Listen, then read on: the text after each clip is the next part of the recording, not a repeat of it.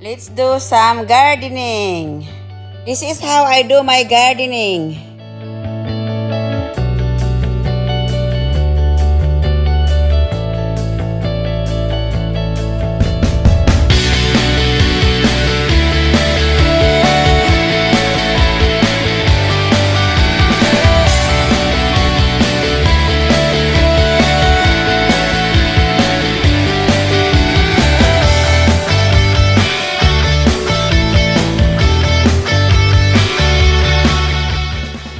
For the tools we're gonna use in our gardening, number 1 is pick matok or pico,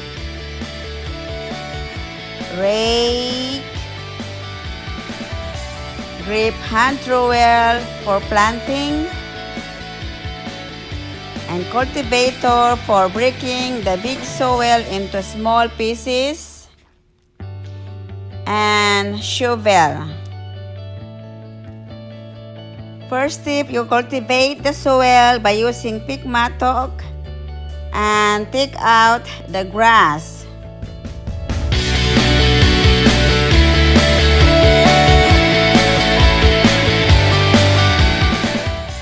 That's a pick matok that I use to cultivate the soil. Then you take out the grass by using the shovel or by hand.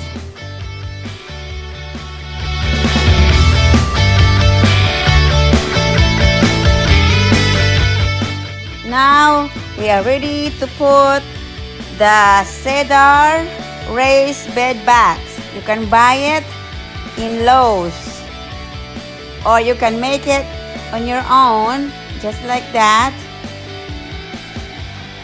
and you can buy it in Lowe's like that. Then put your organic garden soil. For 8 feet you have to buy 4 and mix it in the garden bags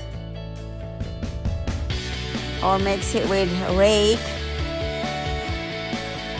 Now we're ready to plant like this.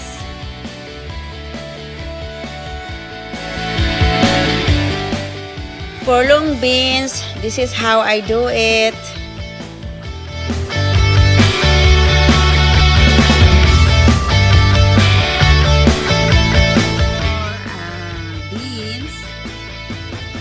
Planting bean seeds, you have to dig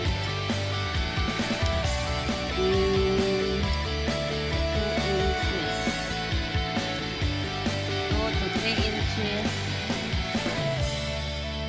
and then just put that there. So the beans is buried now, and you have to cover it. Then you have to wait. They grow in about 2 weeks. For ready to plant vegetables like this,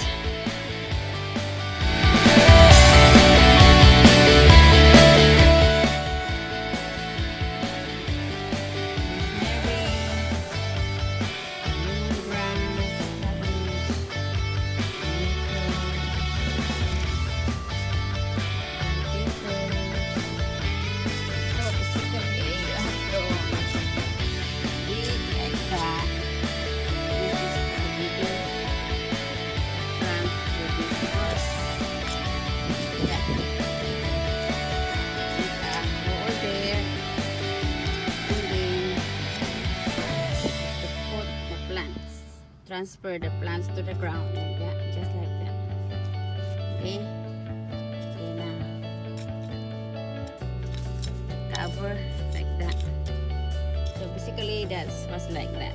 We dig in the ground